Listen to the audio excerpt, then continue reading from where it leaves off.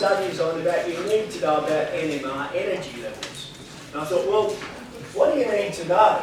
And it's just an understanding. Look, with all spectroscopy, it's about moving some characteristic of an atom or molecule to a different energy. In NMR, radio waves actually change the energy level of hydrogen or carbon atoms, nuclear need. So basically, that's what gives you the resonance, that's what gives you the peaks, that's what gives you the output. In IR spectroscopy, you're basically changing the bond energy. But it's just, I thought those two slides might give you a little indication, is all it does is actually flip some molecules to a higher energy level, they drop back, they go up, they drop back, they go up, they drop back, they go up. That's called resonance. And the gap in energy required is depending on the environment of the atoms. So that's why those two slides are there.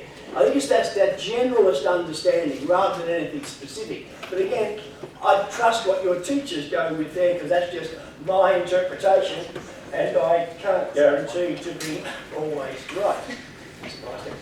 So, question 32, good question. Gives you a little bit more calculation, throws a bit of spectroscopy. Now, question 33.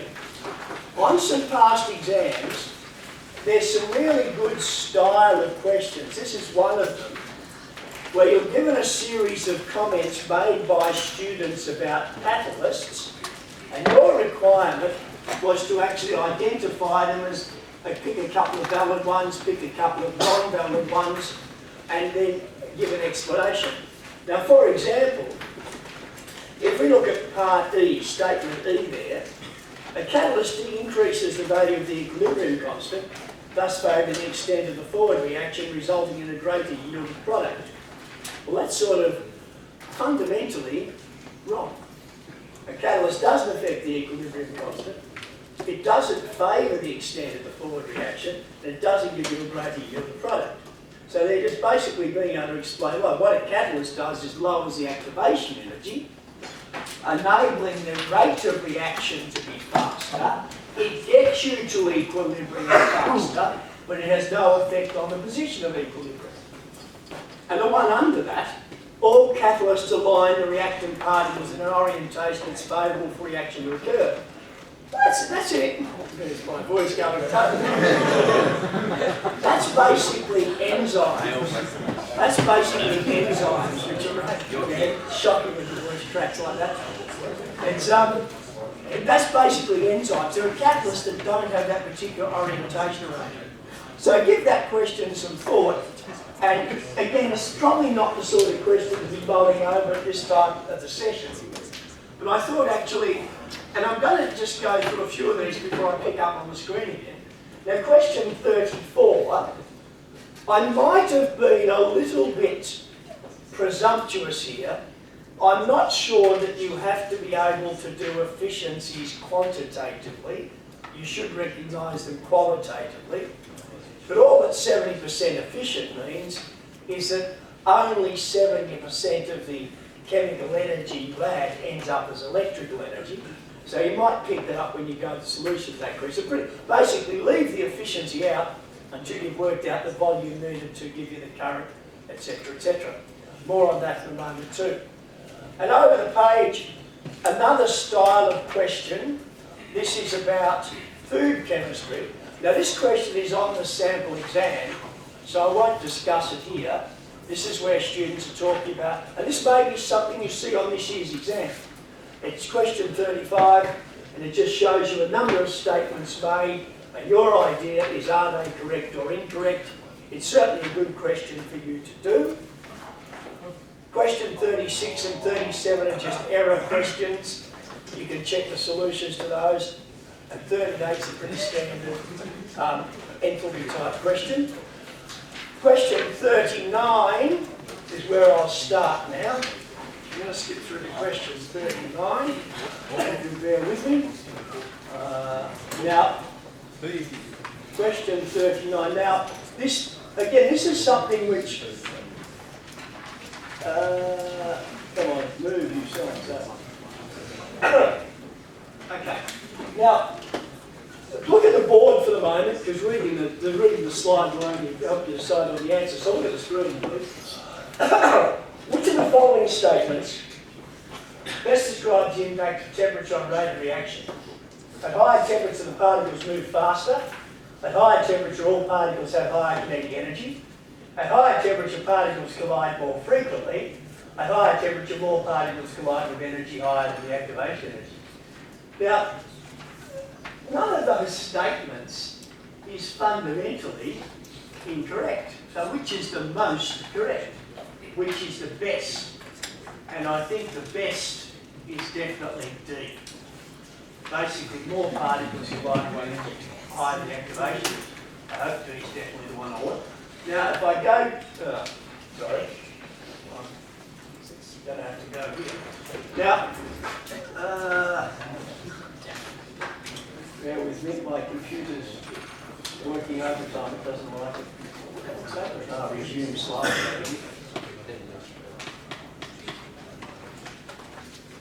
Sorry about this.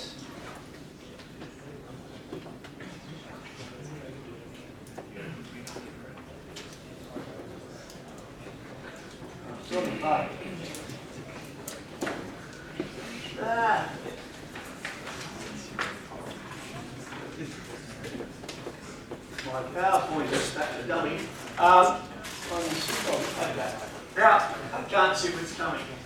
Now, basically, when we talk about temperature, we talk about this distribution. Boltzmann distribution curve. At the lower temperature, you have a certain proportion of particles of energy greater than the activation energy. Increasing the temperature gives all particles more energy.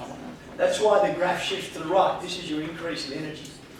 And that means, as a consequence, the area under the curve becomes greater, the activation energy isn't changed, and therefore, as a consequence, you've got a greater proportion of successful collisions.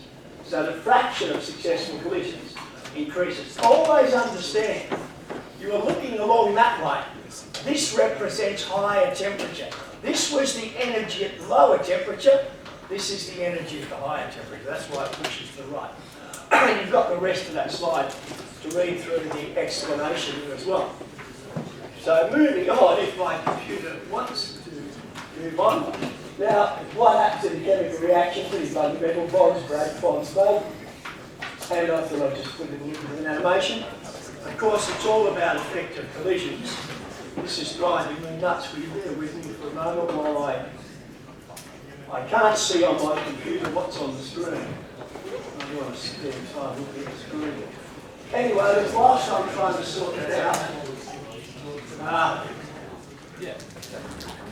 again, we've got stuff down the side. Oh, there. With reaction rate. Remember, with reaction rate, it's all about successful collisions. These are two significant points. Temperature increases the proportion of successful collisions. Reactant concentration increases the frequency of successful collisions. Particle size increases the frequency. Catalyst increases the proportion. So basically, two of them are a proportion factor, two of them are a number factor. And of course, higher temperature increases the rate of both exothermic and endothermic reactions. All types of reactions go faster at higher temperature, but higher temperature increases the extent of only endothermic reactions. So basically, extent and rate, you have to know the distinction fairly clearly.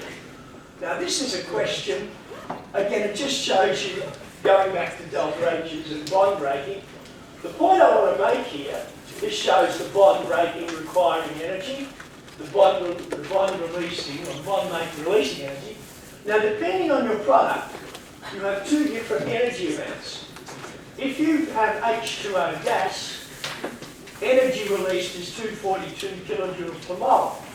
If you have H2O liquid, the energy released is 286 kilojoules per mole. Because the transformation from gas to liquid releases energy, just like turning liquid into gas requires the addition of energy. And I've talked about that Boltzmann curve. You can read through that if you want more explanation. You've got that slide. and effect of a catalyst against the length of the curve. With the catalyst, what you effectively do is lower the activation energy. The curve, the distribution doesn't change. You've lowered the activation energy. The area under the curve is therefore greater. You've got a faster reaction rate, a greater proportion of successful collisions. The alternative reaction pathway gives you more successful collisions. The rate of reaction increases. Doesn't affect delta H, and certainly doesn't affect position of equilibrium. You got that slide as well. Okay, question 40. Have a quick go at that while I sort out my... I don't think the graph appeared on your notes there. I did, okay. Must be in colour. Okay, please have a look at that while I'm trying to sort out what's happened to my computer's become reluctant to do anything.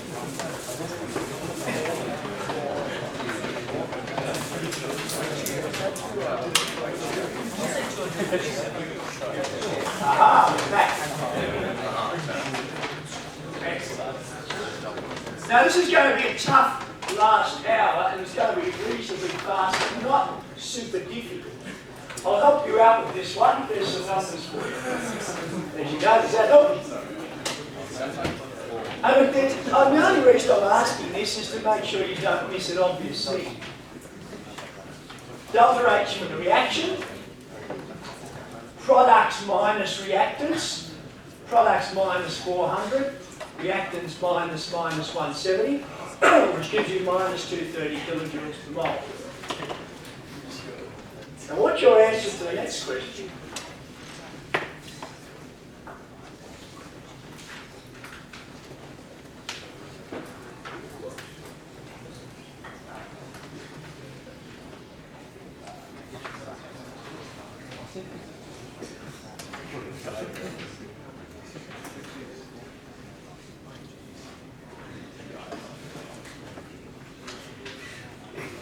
Have you seen the trap in the next question?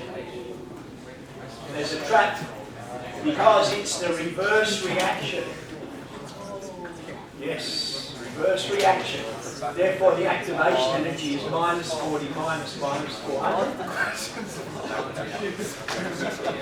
Catalyst, again, the next two parts, parts C and D, get from the solutions. We've talked about it a lot already. So part C and D, I've talked about. So I just wanted to make sure you realise that part B, the obvious little error, no major concerns to be worried about. Okay, still moving on. Question 41 and 42. Oh, by the way, you can do those later. The answers will be in the notes. Just a quick reminder on the fundamentals of equilibrium. You add reactants and the concentration drops. The rate of the forward reaction decreases along with it. The product concentration increases, as does the rate of the reverse reaction. Therefore, you get the point where the concentrations stop changing and the rates of the forward and reverse reactions are equal. That's the concept of coming to equilibrium. Now, I hope that animation helped a little bit, and you can write the equilibrium law. Now, of course, this equilibrium will have the units n to the minus 1. It's molar squared over molar squared times molar. And hopefully those equilibrium laws make sense to you. You can easily check those later. Okay? Again, just a very quick reminder. Now, this is your standard equilibrium calculation, designed to confuse young players. But it's not meant to be as difficult as you might think. It's just quick reading. Now, your brains are tired. It's really how you set it up. In a laboratory test of this equilibrium, 6 moles of SO2 and 2.5 moles of O2 are added to a 2-litre reaction vessel and allowed to come to equilibrium. If 4 mole of SO3 at present at equilibrium, what's the value of the equilibrium constant? So often I've seen students just plug the values straight into the equilibrium law. And that's what you might do now because you're tired. But in reality, you need to know the amounts at equilibrium. So look at how your data was presented. You were told initial amounts and the amount at equilibrium. That's what you had to pick up on. From there on, it's almost a no-brainer. But you had to read it carefully is you add 4 moles at equilibrium. You're starting with 6 and 2.5. To get the 4 needs to react with 2 to give you 4. So at equilibrium, you've got the amounts, then you go through and work out K. If you're unsure, check it later. Please try to stay tuned in. We're going, and then Le Chatelier's principle, effective increase in pressure, system moves to the side with fewer particles, decrease in temperature, favours the energy releasing reaction, the endothermic reaction, removing SO2 tries to replace it, increasing the concentration of SO2 tries to use it up. But my question is that Le Chatelier's principle is fairly straightforward, is it not? In terms of that. And if you're unsure, do the question before you check the answers on the slide. Now I want you to make your decision for question 44. Everybody, decide on your answer.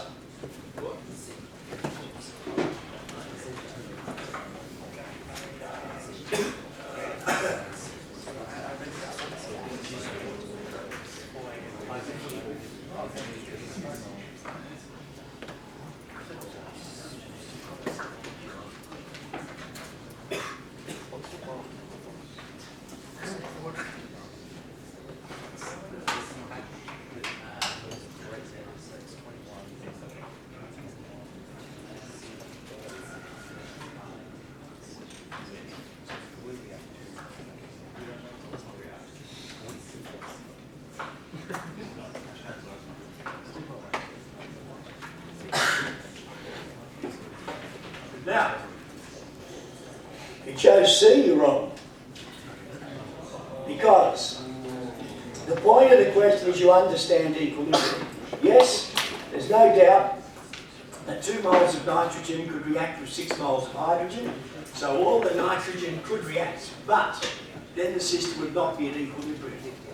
So you must have less than 2 moles of nitrogen reacting, therefore less than 4 moles of ammonia produced.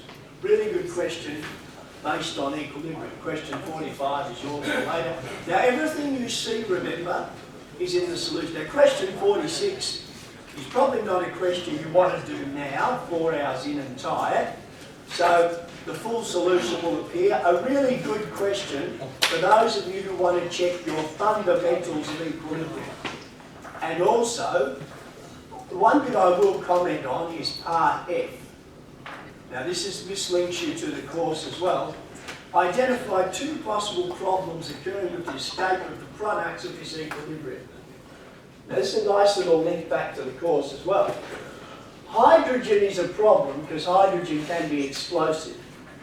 But carbon monoxide is a bigger problem because carbon monoxide can interfere with the hemoglobin-oxygen equilibrium.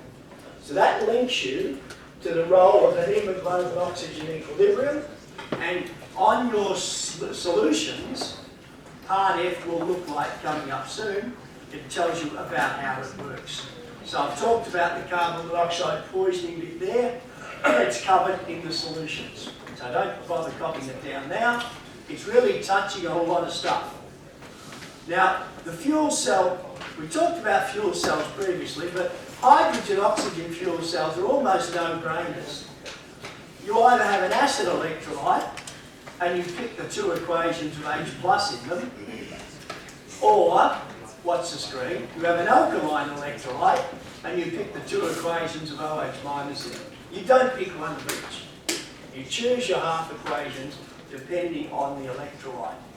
So that means when we go to the slide, and we get to the next now. Question 47. What do you reckon? Have a go at it, please.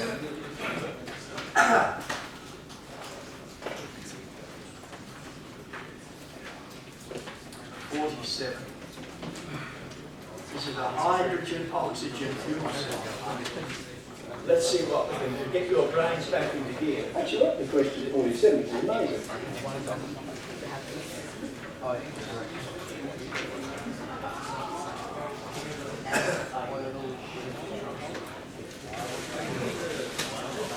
Go on, test yourself, lads. Test yourself. I know it's hard. It's tough. It's hard on the brain. Give yourself a chance. Okay.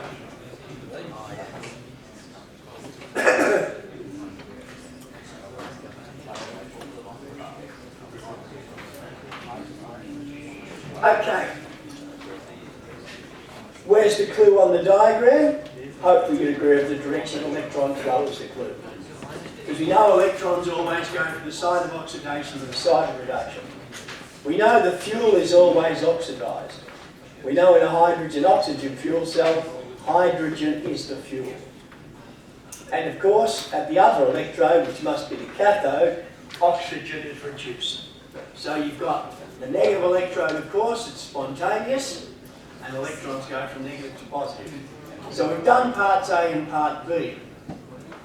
The half equations basically are the two I pointed out on the electrochemical series, where you have alkaline electrolyte, these two. You have O2 in an alkaline electrolyte, H2 in an alkaline electrolyte, there's your reaction.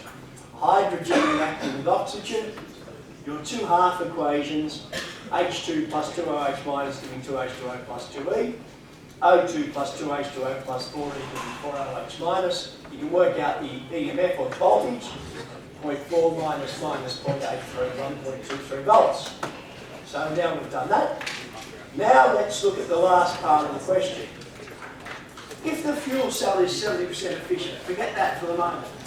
What volume of oxygen at SLC will be used in 5 minutes operation of the cell if it is providing a current of 1.25 amps? Now think about that. That's probably one of the last things you did back in Unit 3. What volume of oxygen will be used in 5 minutes if it's providing 1.25 amps? Do you remember? Q equals IT, current by time. Time in seconds, 375 coulombs. Remember? Number of moles of electrons, charge over Faraday. Now, where do we go from there? Well, I want to get the volume of oxygen at SLC. Now, the number of moles of oxygen is actually the number of moles of electrons over 4, not the number of moles of electrons over 2. Now, why did I pick this one? Forget that, I'll pick off track there. Obviously, it's number of moles of electrons over 4. So we have the number of moles of oxygen and the volume, number of moles by mole of volume. Now, does that ring a bell? Do you remember doing that? Q equals IT, number of moles of electrons is Q over F. Use the equation, get the volume of oxygen. If the 70% efficient is valid, all that means is that that is only 70% of the oxygen which actually reacted. The oxygen you work out is what gives you the electrical energy. Only 70% of your oxygen gives you electrical energy, so that is 70% of the amount you actually use. Now, it's debatable. Excuse me. As I said, the only problem with asthma is a lot of talking loosens up a lot of crap in your lungs. We call them bush oysters now. Sharp. Anyway, now question 48. Again, read the question. This is an easy question made hard by students who don't read the question. Okay, brain tired. Brain tired. Force yourself to read the question.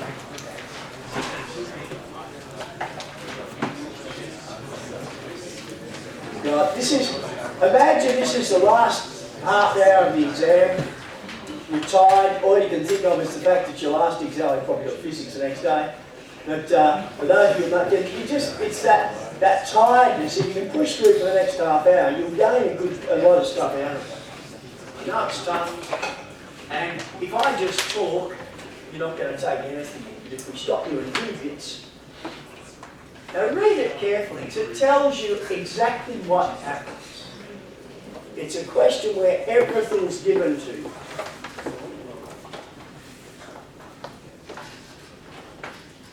Everything is given, you just have to utilise it.